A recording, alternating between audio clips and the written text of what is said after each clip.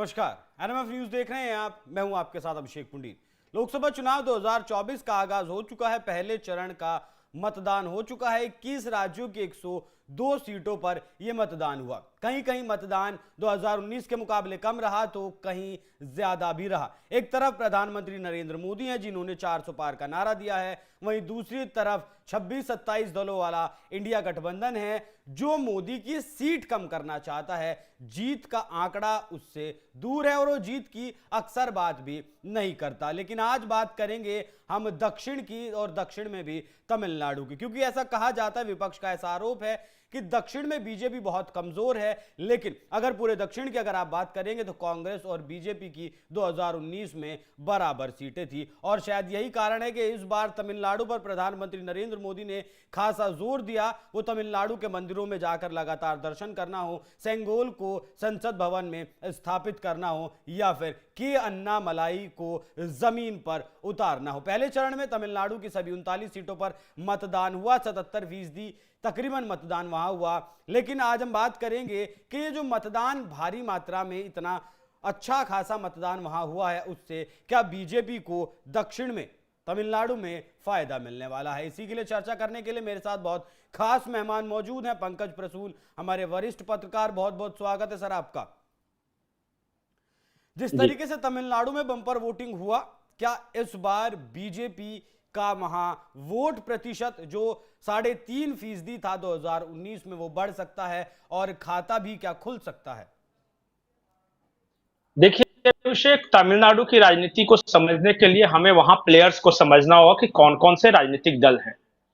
एक और है डीएमके कांग्रेस गठबंधन जी, दूसरा प्लेयर है एआईएडीएमके, तीसरा बीजेपी, चौथा है एक एनटीके, और पांचवा है विजयकांत की एक पार्टी है जिसका नाम है वीटीके। अब समझिए, वहां मुख्य मुकाबला जो बताया जा रहा है वो ये है कि भारतीय जनता पार्टी और डीएमके के बीच है, और कई जगहों पे एआईएडीएमके और डीएमके कांग्रेस गठबंधन के बीच है।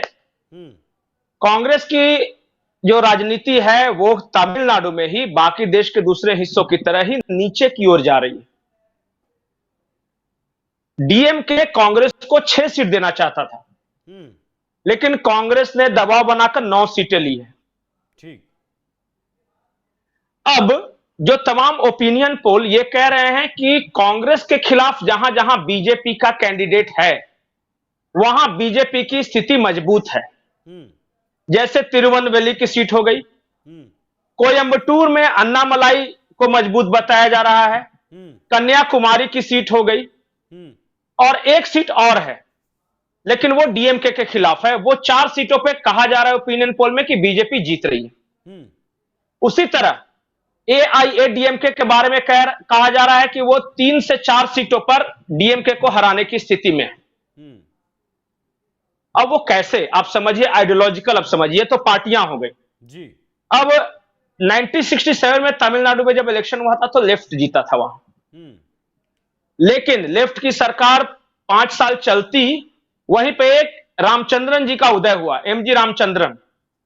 अभी भी तमिलनाडु के लोग उन्हें भगवान मानते हैं, और अगला इलेक्शन हुआ तो भारी बहुमत से एमजी रामचंद्रन की पार्टी वहां जीत गई।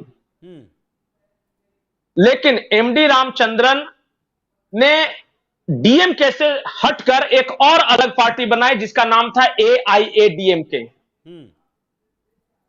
और उसके बाद से तमिलनाडु की राजनीति डीएमके बनाम एआईएडीएमके के बीच चलती रही है हमेशा, जब तक जयललिता रही।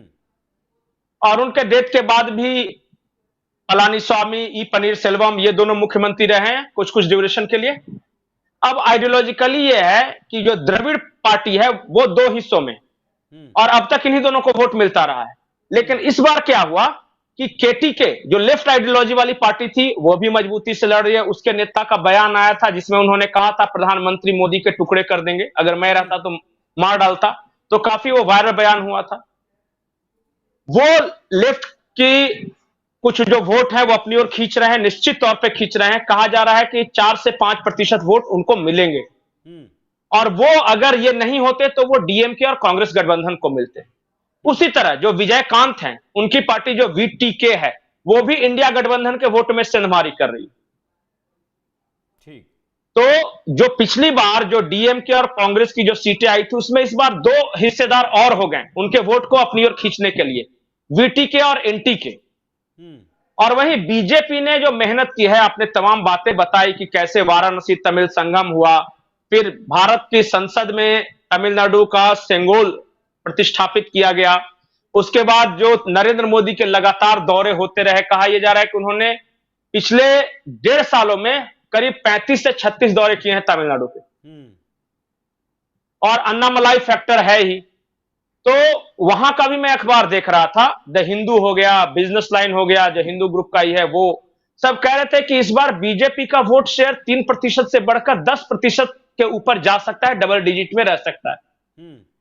जब डबल डिजिट में वोट शेयर आता है तो इसका मतलब है कि सीटों में उसको फायदा हो रहा है, और तमाम जो ओपिनियन पोल है, चाहे वो दक्षिण भारत के हों या फिर नेशनल लेवल पे जो करवाते हैं, वो सब 3 से 4 सीटें दे रहे हैं। इंडिया टुडे ने 2 से 6 के बीच में रेंज रखा है, उसके बाद न्यूज़ ने 4 सीट दी है, एबीपी ने 3 से 5 सीट दी है, और जो ओपिनियन पोल CNN 18 का है, वो 4 सीटें कह रहा है।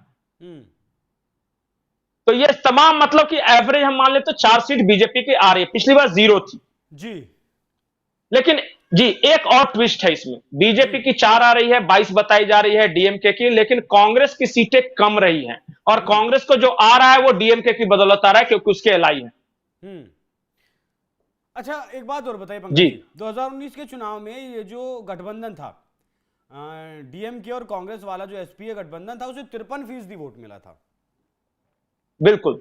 ठीक है, तो इस बार क्या कहा जा रहा है, मैं कह रहे हैं कि 1 सीट 2 सीट या 4 सीट जो भी बीजेपी की आ सकती हैं, वो मान ले कि वो शुरुआत है, और आने वाले वक्त में वहां बीजेपी का जो प्रभुत्व है और ज्यादा बढ़ सकता है, या फिर ये पीक होगा? नहीं, ये 2018 का वेस्ट बंगाल मोमेंट है बीजेपी के लिए तमिलनाडु में। आपको पता हो कि उससे पहले एक पंचायत चुनाव हुआ था, बीजेपी का वोट प्रतिशत पहली बार 10% से ऊपर आया था। फिर 2018 में जब लोकसभा चुनाव हुए तो 2019 में लोकसभा चुनाव हुए तो 18 सीटें आ गई। कहा यह जा रहा है कि बीजेपी ने बेस बनाया है, इस बार जमीन तैयार किया, और अगले बार का जब विधानसभा चुनाव होगा तो बहुत अच्छा परफॉर्मेंस होगा अगर इस मोमेंटम को बरकरार रखते हैं तो। और वो अन्नामलाई को एक चेहरे के रूप में लेके चल रहे हैं कि यंग है, डायनेमिक है, और अर्बन वोटर्स में अन्नामलाई का अच्छा क्रेज है।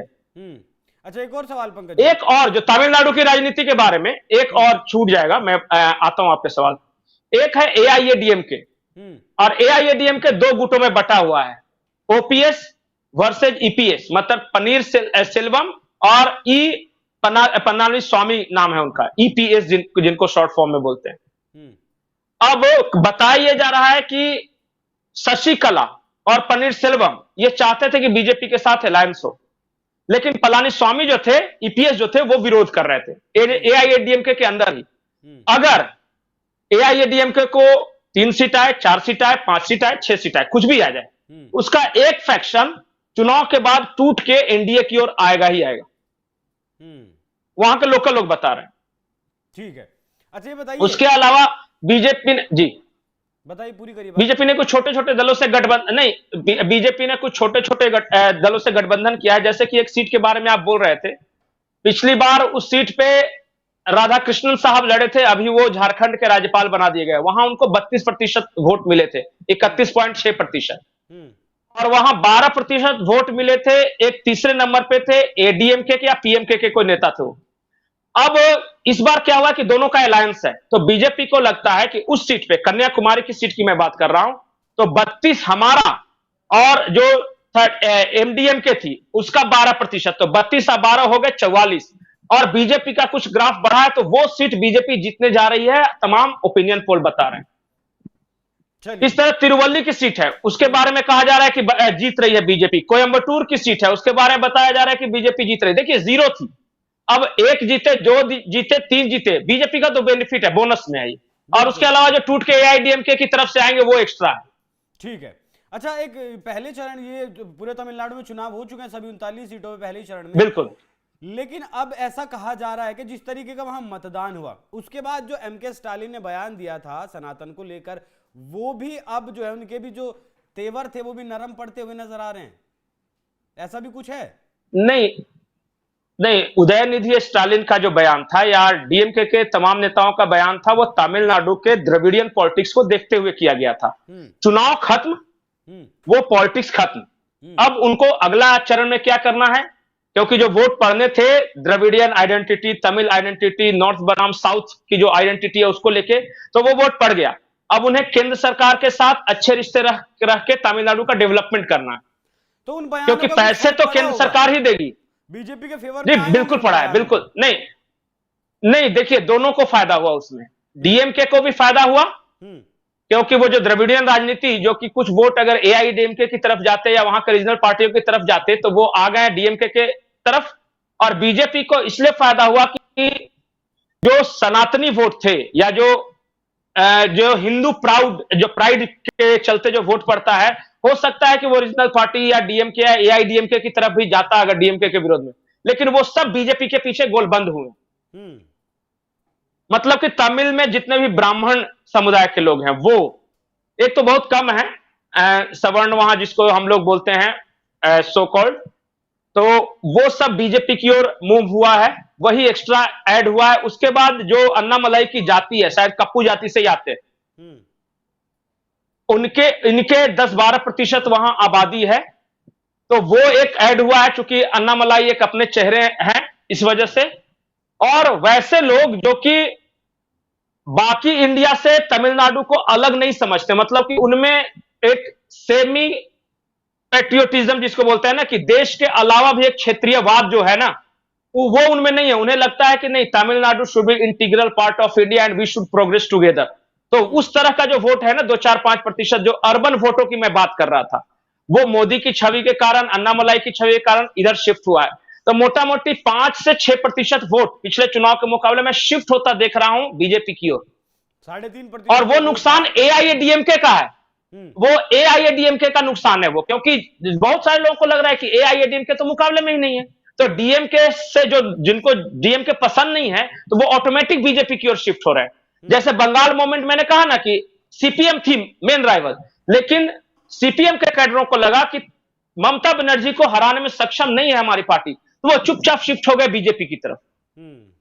वही हो रहा है तमिलनाडु में, जो एआईएडीएमके हराने के काबिल नहीं है, खुद ही अपने में फैक्शन है, 3 फैक्शन है, शशिकला का एक छोटा सा चंक है, पनीर सेल्वम का है, फिर ई पलानीस्वामी का है। देख रहे कि ये तो जीतेगा नहीं, तो हम डीएमके को हराना है, तो किधर जाएं? तो मोदी और अन्नामलाई। ठीक है, वहां बीजेपी से ज्यादा मोदी और अन्नामलाई फेमस है जी, पार्टी से ज्यादा चेहरा फेमस है। तो मतलब मोदी के और इसलिए वो शिफ्ट किए हैं। फैक्टर भी वहां हैं जो इस बार बीजेपी के फेवर में है।